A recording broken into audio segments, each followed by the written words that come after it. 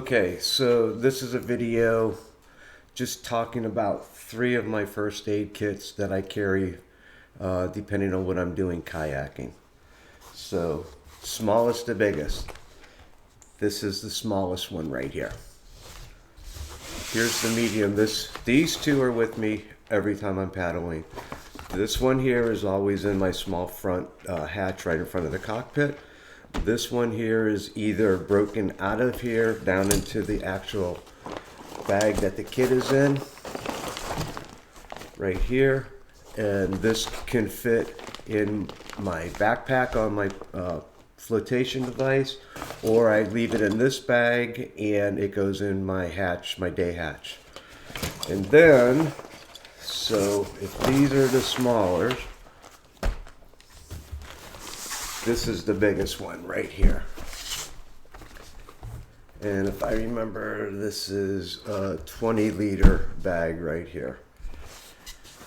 And it's the only red bag I have. This one here only goes basically if I'm camping. So let's start with this one. So the purpose of this bag here is basically just very small things like just some Band-Aids, wipes, some gauze gloves, some wound cleaning solution, actually it's a wipe, so that if this is the most common thing that's going to happen to you on the water, believe it or not, it's the most common thing that's probably going to happen camping or hiking or anything is a cut. So to be able to just get a Band-Aid on hand or a finger or whatever without having to break open this whole kit or a bigger kit to get a Band-Aid out is far worth it. And that's why I packed this little small kit right here. And it's got some, like I said, some hand wipes in it. And this is just a little heavy duty Ziploc bag. And if you hear Taz is lonely and he wants to be part of my day today.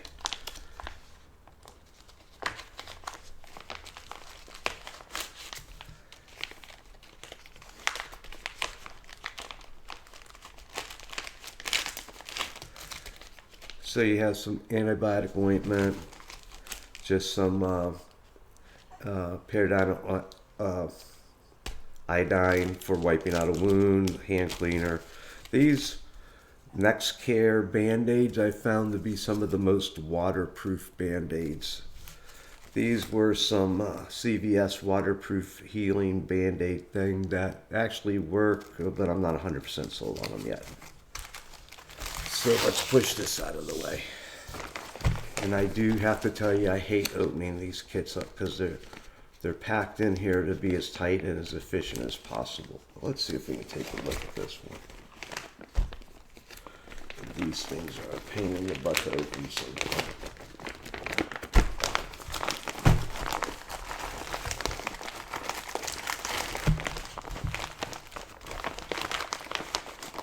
Wow, just so much stuff in this little bag.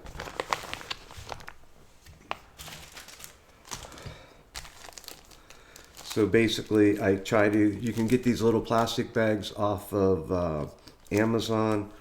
I separate stuff. If it's liquid, I try to separate it so that if one of these cracks open or anything cracks open that shouldn't open, I want it not to contaminate the whole kit. So basically some antibiotic ointment, some first aid burn cream here. I'm big on Seal-A-Meal or vacuum sealing, sinus pills. These are these are electrolytes. Now, all these come in, and there's a lot of like the advanced medical kits are nice. They're not completely what you may want, but they're a good starting point. Sometimes a small first aid kit, if you pick one up, will hold you, get you through, and then you can build or add. And what I do is every 2 years roughly, I go through all my kits and change all these meds out. You can find the individual packages, and they're between 150 usually the count per box, that you can get them off Amazon. But it does start, I have to deal with Taz because he's having a bad day. It does start where it is not cheap. It's not super expensive. If you know a few people that want to build med kits and you guys go in on them, that'll help out. I'll be honest, I don't. But what I end up doing is taking my extras to some events sometimes and handing out some of the extras to people that want them or can use them. And these are just med packs here. Here's a small wound care pack. And then this one also has, this is a space blanket, an emergency space blanket. Safety clips, small, these are, this right here, they work super good.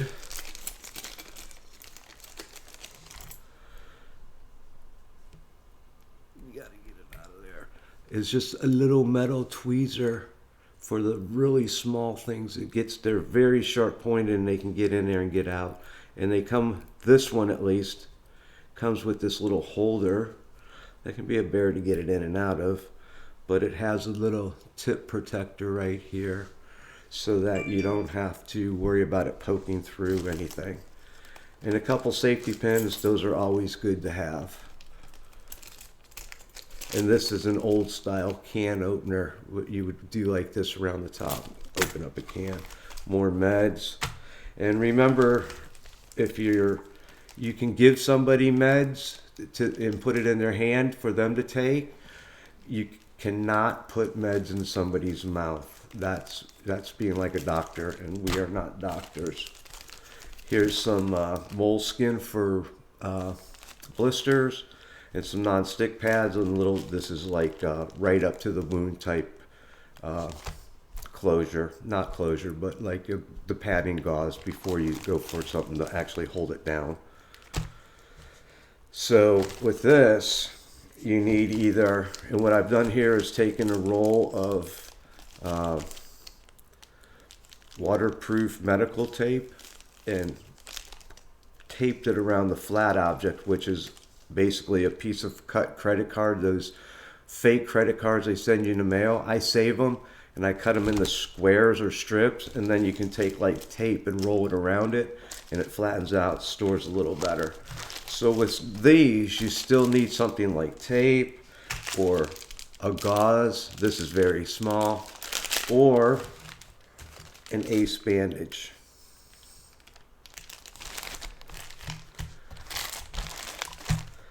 These right here, and you can get them in different forms. This is just a little saline solution. You can wash, basically it's an eye wash. Some more iodine. This is for, it's just a bigger pack, and we can see what's going on in here. And I'll have to go in here and replace this. That leaked. And that's why I packed stuff like this individually. I've had the issue before and ruined whole good chunks of sets. So actually I'm going to put that, I'll fix that before I pack this all back in. Gloves, biohazard sticker, just clean up. More iodine. This here, you could put iodine in there. There's actually a little needle, for, not needle, but a tip. You could put iodine in this, or you could put saline solution in here to flush out wounds. Some more saline solution, eye wash. A tampon. This could actually be used as a tampon, or you could actually use this as a wound dressing, or if you had a punctured wound, you may have to press and pack it with something like this. It's just a good tool to have. Some people carry sanitary napkin just for instead of like a big wound dressing. Some standard Band-Aids, some actual clotting material to help wound clot, and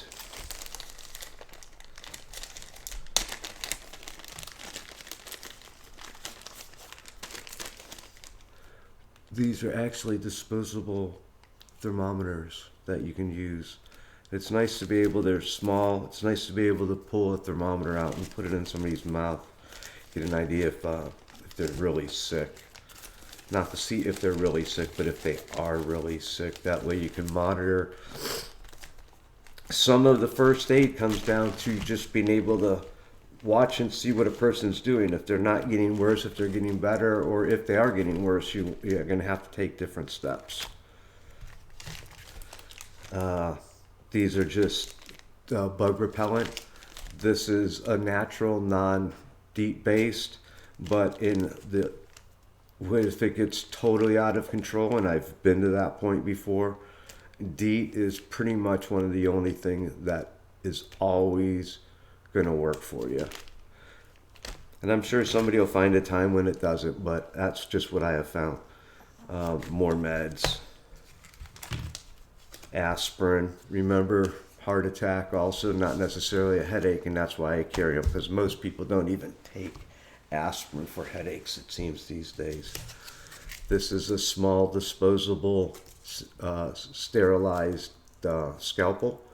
It's basically a good little small knife.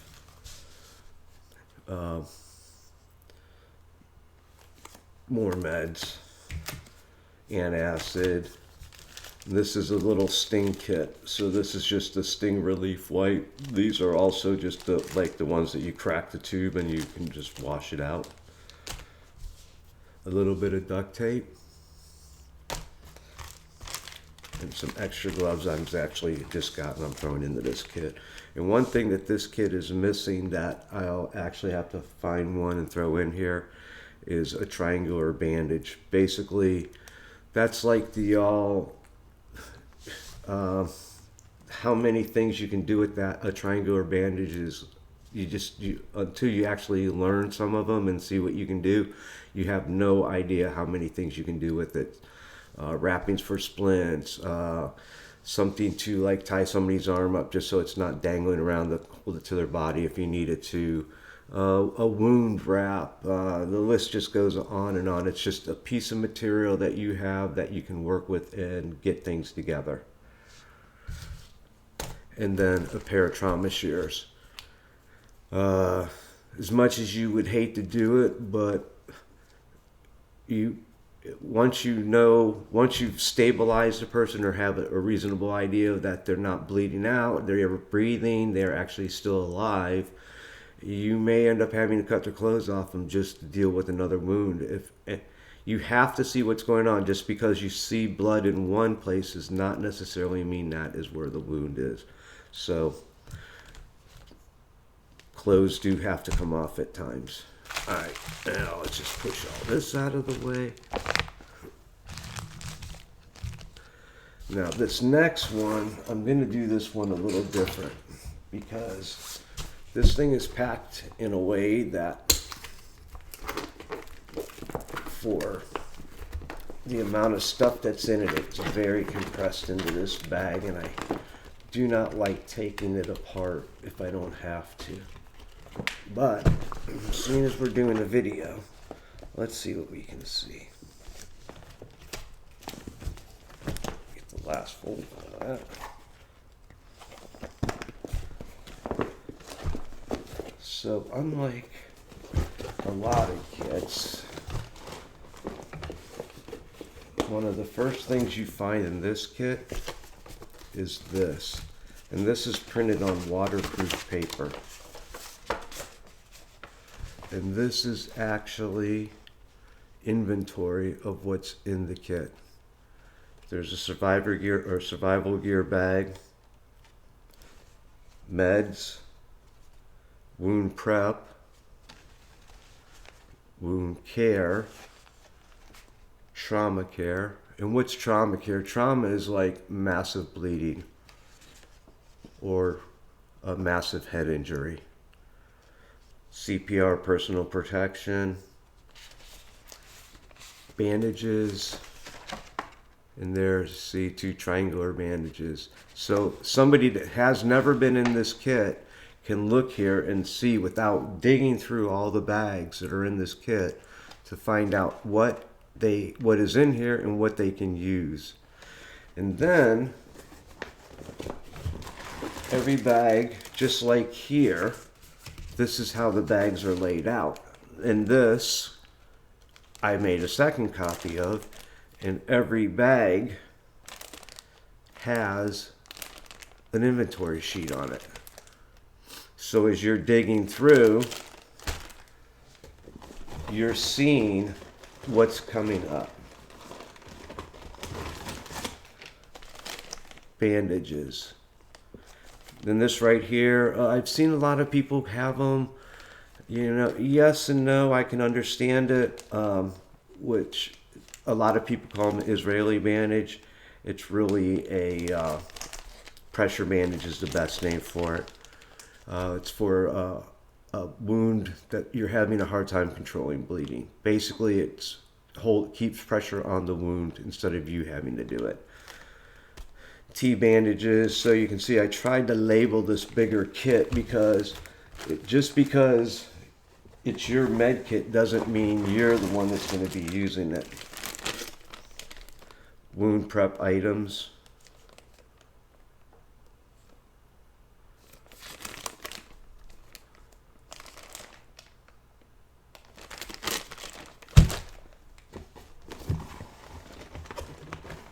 And this kit's meant for a group out for a considerable length of time.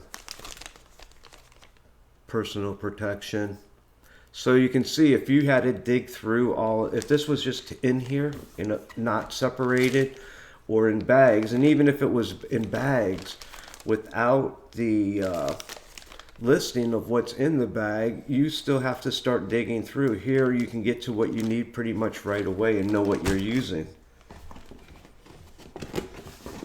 And with the list, I don't even have to guess if it's going to even be in here.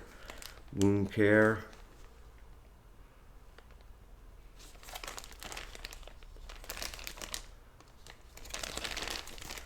And this bag actually has some things that I would not recommend for most people to have. This actually has a suture kit in it because this bag is also my Florida. It's gone incredibly wrong and we have to get out of the house, or let's say a hurricane hit Florida or hit my area of Florida. It might be, we expect within 10 to 15 minutes an ambulance to show up, paramedics if somebody got hurt. But if everybody's hurt, then how long does it take? Or if the phone or the phone lines, the cells are down, or you can't get a hold of anybody, you may be dealing with things that normally would never come up. And the suture kit is not necessarily for me to put sutures in because I don't know how to do it.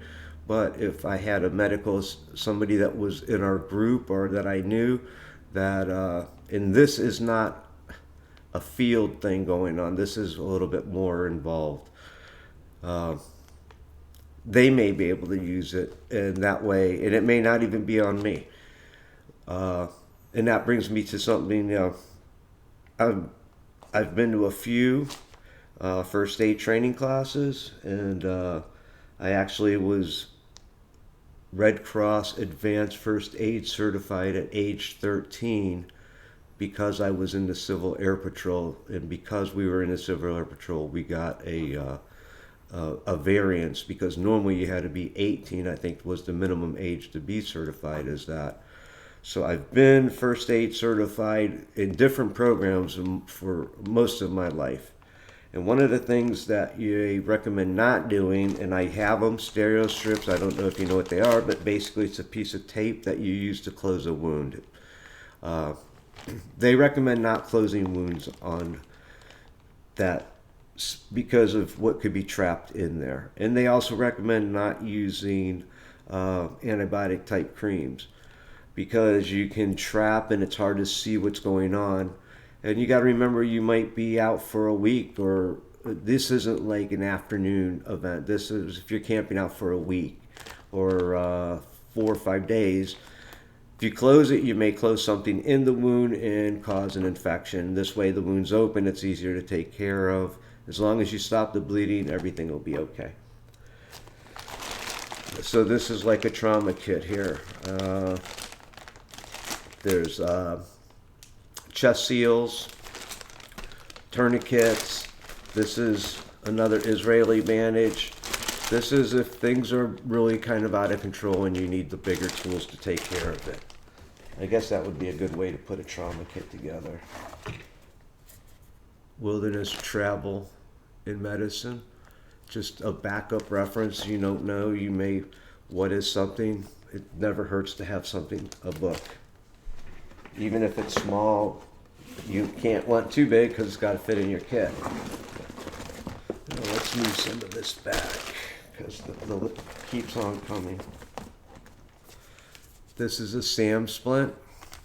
So basically it's foam with a little piece of aluminum in it.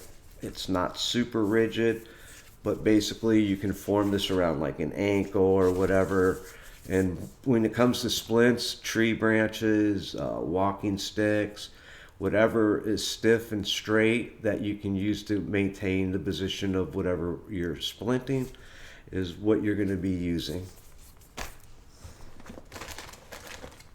Another pair of trauma shears, several scalpels. Alright, so this bag here, because of what it is, also has a very small survival kit in it. And basically, it's not for years or weeks, it's for a few days. It's to get you by to where you can get to something. What it also has, and I carry one of these in my flotation device, my PFD.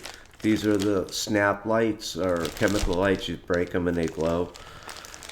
It's one thing to be in a survival situation. It's a whole nother thing to be in the dark.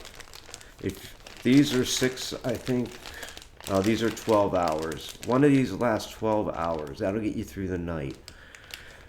If you have some light, even to start a fire, first aid, set up some shelter, whatever, or just the pure comfort of not being in the dark, this little light here can make a world of difference. And they're super small, easy to pack. They'll hang forever before you light them, and they're not expensive. So Poncho, a blanket, and this could also be used as a shelter. This right here is a life straw. So basically it's a water filter that you can just drink through. Because the last thing you want to do is survive and then not have any water. So this is, I have a few of these and they're hard to find anymore. But this is a CRKT survival kit knife, and it actually came in a little aluminum tin. But basically, it's a real piece of steel and a real knife that's palm size that you can get in a survival kit. I could hold this efficiently, cut something up. I'm not going to baton through a log. But if I had to, I could actually use this to start a fire. I could tie this to something to make a little spear. Basically, you have a piece of steel that has a sharp edge on it that will last you. It's not like, I've seen so many of the little survival knives that I just think are so totally flimsy. I wouldn't even want it because it's just a false hope. Alright.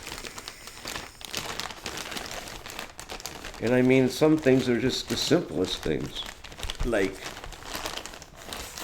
this is Kevlar twine.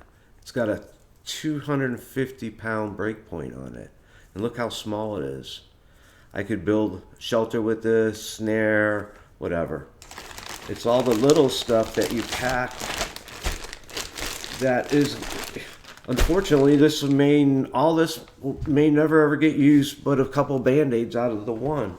But it's that one time that something stupid happens that you actually need the stuff. Suture Kit. So this has a couple things in it. It has a Suture Kit. It has a Toothache Kit. So basically I have some stuff that'll numb out a tooth a little bit. They have like a clay material that you can take and pack into, like, say a filling falls out. You know, it's that air going in there that hurts. A lot of times if you can pack that close and get the air out of there, a lot of the pain will go away.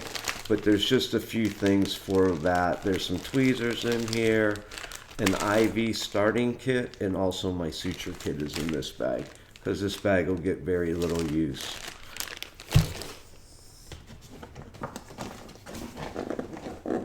And that's it. That's what's in this bigger medical kit. But that kit is for a group over multi-days. So, and I posted this on my Facebook account. You know, I always hear people saying, well, what could happen? I mean, you're out camping. I'm just going out for a night. Well, I had some friends that went out camping overnight on the Peace River. And one of them, and this is his fault, what happened, because what he did was stupid. He got intoxicated early in the evening. He hadn't set up his camp. He set up his camp late at night in the dark, intoxicated, and tied his hammock up to 2 palm trees. Well, my other friends were around the campfire, come around 1 o'clock, they said, ish. I could have the time slightly wrong.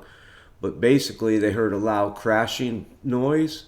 And the next thing they knew, one of the trees that my friend had tied his hammock to literally fell on him. It was dead because he decided to set his camp up in the middle of the night instead of when he landed. And before he got so inebriated that he couldn't even see what he was doing, he tied his hammock to a dead palm tree. And his weight was enough on the palm tree to pull it over right on top of him. And it damn near killed him. He was purely lucky. Broken arm in 2 places, or a broken arm in 1 place, and his pelvis in 2 places. A pelvis fracture is one of the worst fractures. And then, because nobody really had any major, or any, I would say any, because this is a very basic part of first aid. They took 9 people, I heard, or 8 or 9 people to get the tree off him. And then they literally moved him. They picked him up and moved him closer to the fire. Well, they had no idea of what was even wrong with him before they moved him. And you never want to do that. That is like one of the basic fundamental things of first aid, is you never move somebody unless there's impending danger to where they're at. You could build another fire by them. You can put more blankets on top of them. But you just, especially something like here where a tree literally fell on them. I've had happen the craziest stuff in just a few seconds. 1 minute everything is good, and the next minute you're just wondering what the heck just happened. So yes, it's very important to have a good first aid kit, but it's more important to have some first aid knowledge, even a very basic class, a 1 or 2 day class, just to give you an idea how to stop bleeding. I'm not even thinking CPR, which isn't a bad thing to have, but bleeding, how to immobilize a sprain, what is a sprain,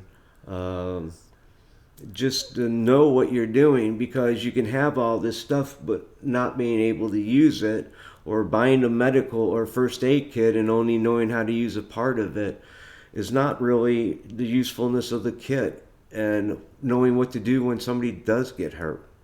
Those are the important things. All right, well, and this isn't to tell you what to put in a kit. Your kit depends on where you're going, what you're doing, and how long you expect to be out, how many people you think you have to service. I'll be honest, I've been out and never had to break into this kit, because the smaller kits are with me too. And for a Band-Aid or a little ibuprofen, I'm not digging through this. This is really, somebody's hurt and things have gone a little bit out of control. We want to get them back in control. This is just general, we're camping, somebody just smashed their finger with a log or something like that, which it happens. Or Even on a simple one, when I'm paddling down the river with some people, somebody's not paying attention, they float up into the bank and take a big stick right to the side of their head. Now I got a big cut or a scrape or whatever. Or smash their hand with the paddle, or just so many unusual things. But it's good to have something to help out if you can. Or most importantly, if it's you, you have something to help yourself out. So these are just what I carry, thoughts on my mind, what I look at, what I don't look at. But number one, first aid training. Number two, first aid kit. It's one thing to carry a Band-Aid. It's a whole nother thing to carry something actually more advanced. All right, and that's going to be this video. Thanks for taking the time. Like, subscribe, all of that nice stuff. And here, let's see if we can get one last view of what I got going on here. His mama hasn't been home, and so he's a little bit sad. But he's a good boy. Just a dash dog. Say, hey, buddy. Thanks, all. You guys have a great day.